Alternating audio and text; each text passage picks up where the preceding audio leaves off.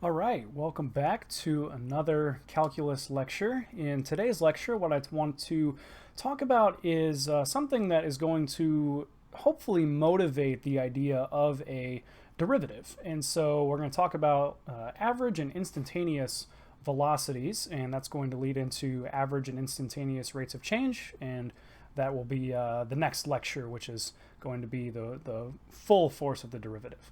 But for today's lecture, I want to start with a question. So, question. And the question is simple. How do we measure velocity? And by velocity, I mean the speed at which you are traveling combined with a direction. So either forwards or backwards or whatever sort of notion you want to associate there, but just a positive or negative in our case. So you can think about maybe if a race car is a dragster or something is crossing the finish line, how fast is it going when it crosses the finish line?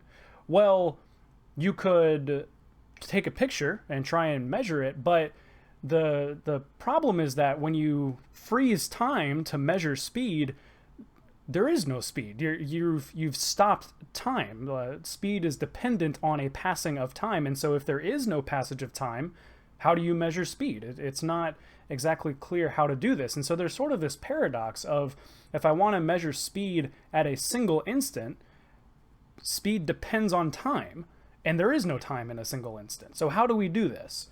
The idea, then, is to, instead of looking at a particular instant, let's approximate an instant by a very short interval around it. So idea,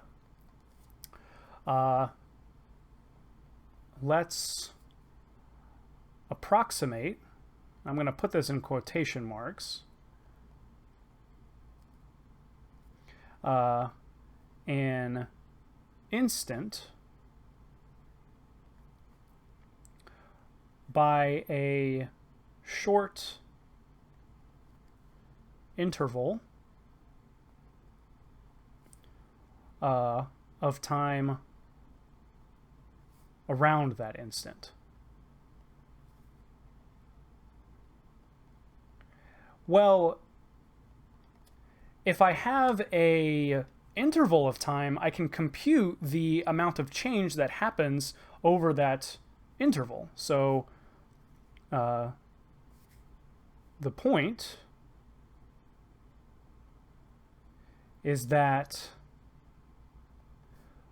we can compute a rate of change over an interval, an average rate of change over an interval,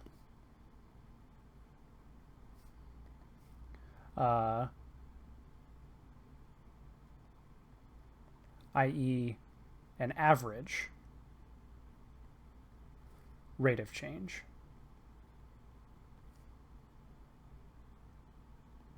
And we've already sort of seen this. If I give you 2 points in the plane, then you can compute the slope between those 2 points.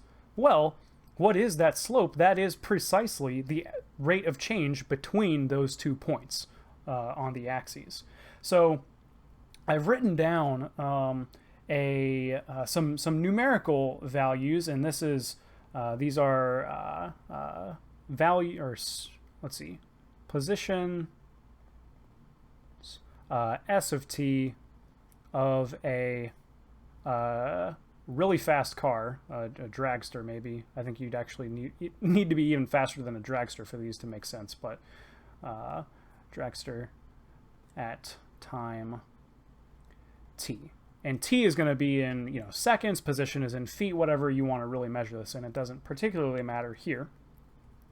But these are, so at a particular instant of time, so 2.9 seconds, 3 from some starting point, maybe t equals 0, the position from, let's say, the start line of this dragster is given by these numbers. Well, and what I want to do is I want to approximate the velocity of the car at 3 seconds. So that's why 3 is in the middle of all these. Well, in order to approximate this velocity, what I can do is I can compute the average velocity over an interval which surrounds 3. So maybe 3 plus or minus a tenth of a second, 3 plus or minus a hundredth of a second, 3 plus or minus a thousandth of a second. And if I do this, if I just plug these numbers into a calculator, so here I'm going to compute the change in the position divided by the change in time. So this would be like a feet per second or miles per hour or kilometers per some unit of time, doesn't really matter.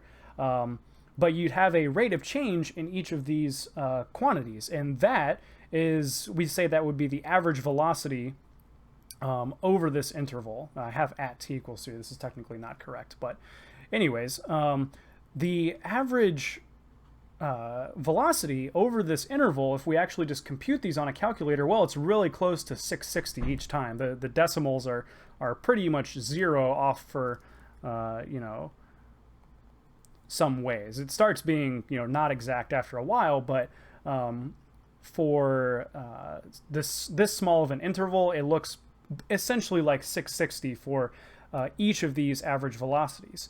And so numerically,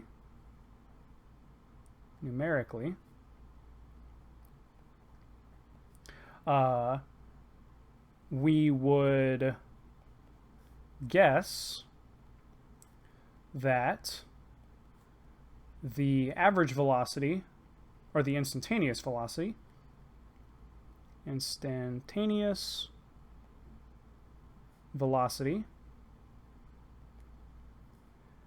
at t equals 3 is 660. Again, whatever unit of speed you want to put there, unit of velocity. Okay, well, this sort of approach, I mean, we can do it numerically if we had data in the real world. Unfortunately, having data to any precision that you want is not particularly realistic if you're doing real world problems, and you really would prefer, at least in the abstract setting, not to have to just deal with numbers and do this sort of analysis every single time. We want to be able to compute an instantaneous velocity given any time period and not have to do this numerical sort of thing. So we would prefer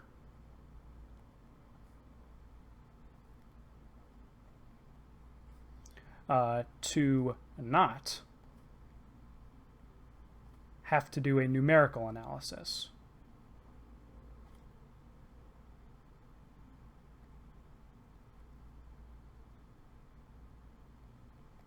Every time. Okay, well, then what do I want to do? Well, let's think about what this process is actually doing. I'm taking this interval and I'm making it shorter and shorter and shorter, and what we might say is that we are taking the limit as the length of the interval goes to 0. So, observation.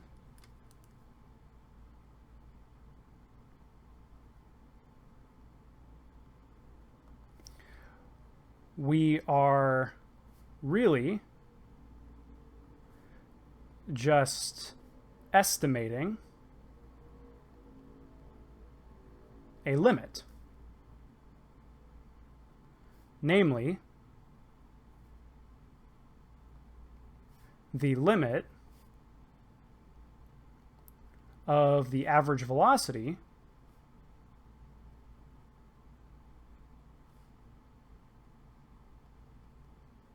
as the length of time shrinks to 0. And if you think about what we've done with limits so far in this course, then this really shouldn't come as a surprise that limits sort of arise here. We want to approximate an instant by using shorter and shorter intervals. Well, how do we actually do that rigorously? We take a limit as the length of that interval goes to 0. And so that sort of motivates the following definition. So definition, if S of t is the position of an object at time t,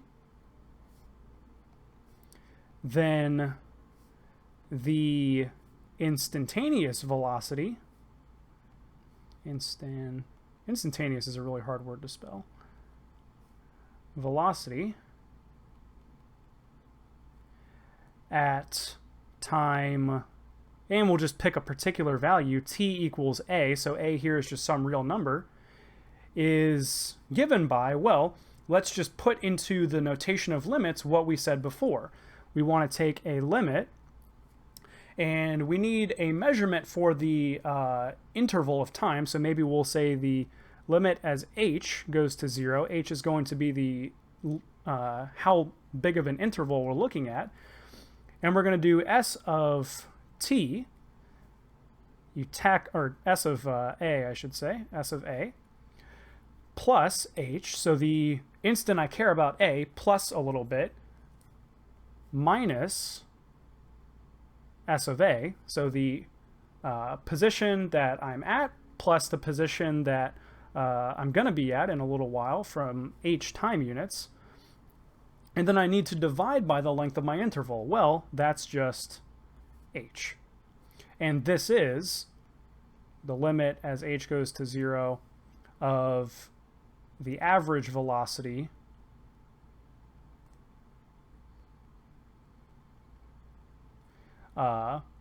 between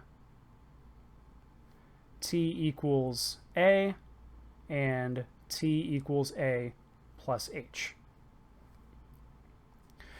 And so that's how we can define the instantaneous velocity. I'm going to compute an average velocity, that is a change in position divided by a change in time, and then I'm going to take the limit as the change in time goes to 0. Okay? So this is what we'll take as our definition for instantaneous velocity. So maybe let's do one quick computation, just because I want us to be able to compute with these things.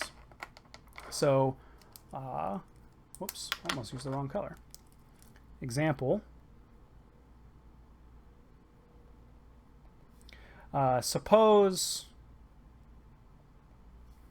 the position function is given by just t squared, nice simple function. Compute the instantaneous velocity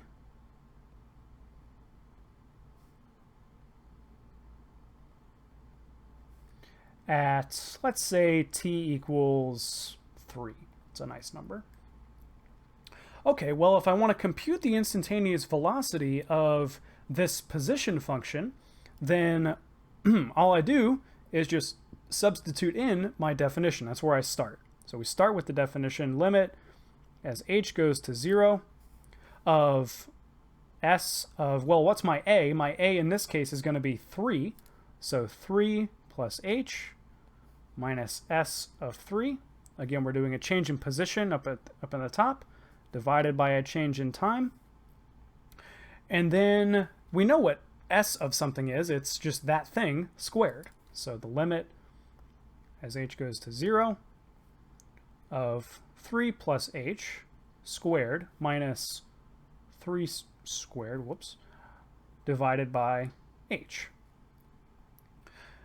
Now, notice if I were to just try and put in h equals 0 to both of these, I'd get 0 over 0. So I need to do some sort of analysis in order to actually evaluate this limit.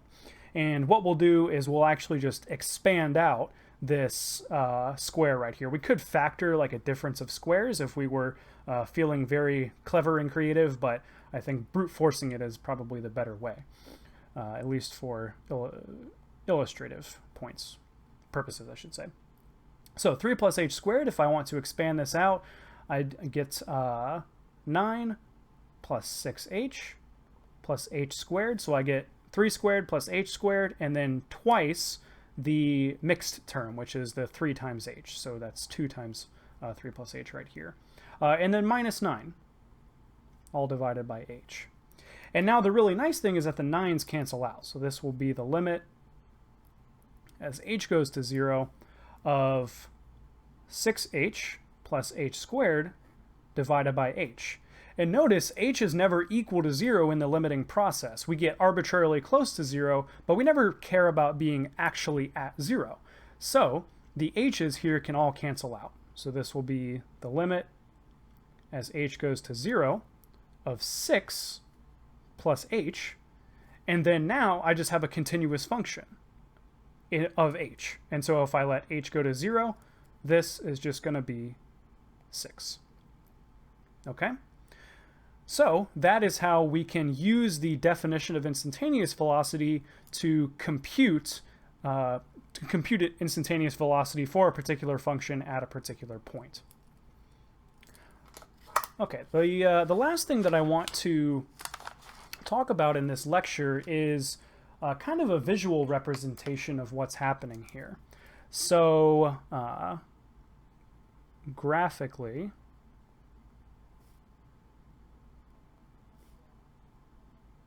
what is happening?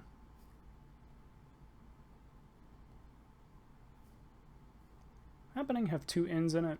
I don't actually know. I'm going to spell it with 2 n's. I'm going to be wrong for that later. Oh well.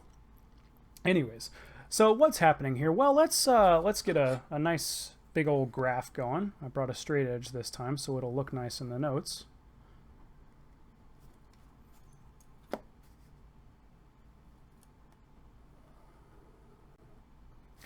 And let's say my position function is given by something like this. So this is going to be my s of t. This is t and the s of t axis. And let's say my my a value is like right here. So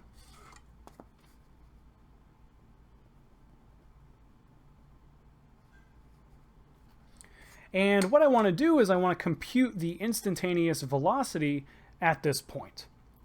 Well, what do? I go nearby and I pick out another point. And maybe this is a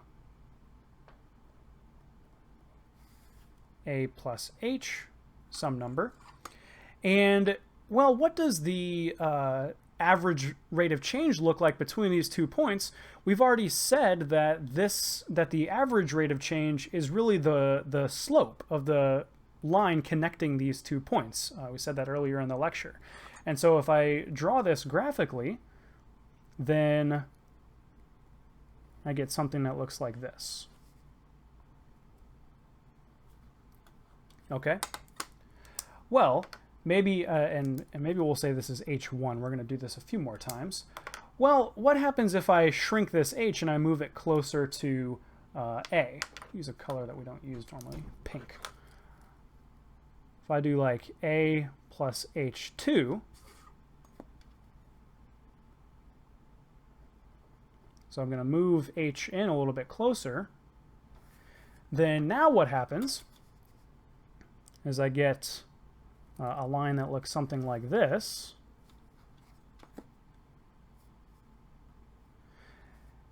And maybe we'll do one more just to illustrate what's happening. So this will be a plus h3.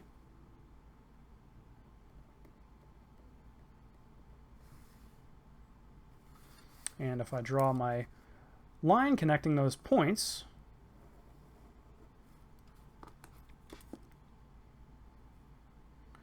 then I have something like this.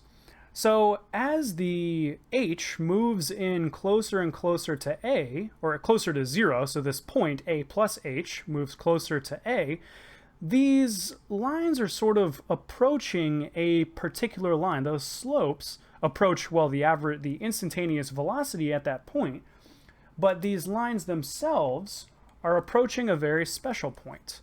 And if you've ever heard this before, this won't come as a surprise potentially, but what we're approaching is actually the tangent line to the graph at that point.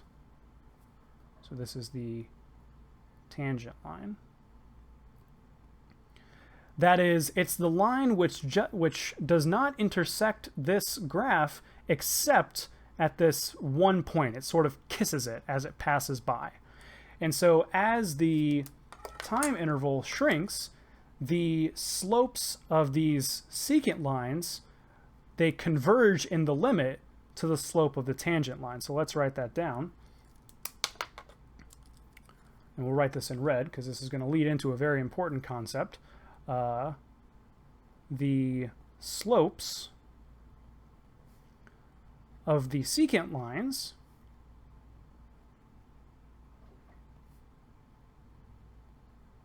that is these average velocities, that's what the slope of the secant line is, the average velocity, these converge in the limit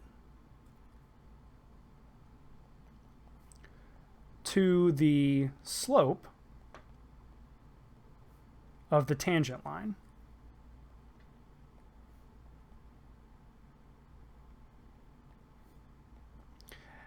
And I will say, the definition I gave you, I just stated for tangent line is not rigorously correct, but at least intuitively, that's what we can think of a tangent line as being, as this line which sort of kisses the graph locally around this point, but doesn't intersect it anywhere else. Okay, the slopes of secant lines converging to the slope of the tangent line, and meaning that the slope of the tangent line is the instantaneous velocity. So maybe the slope of the tangent line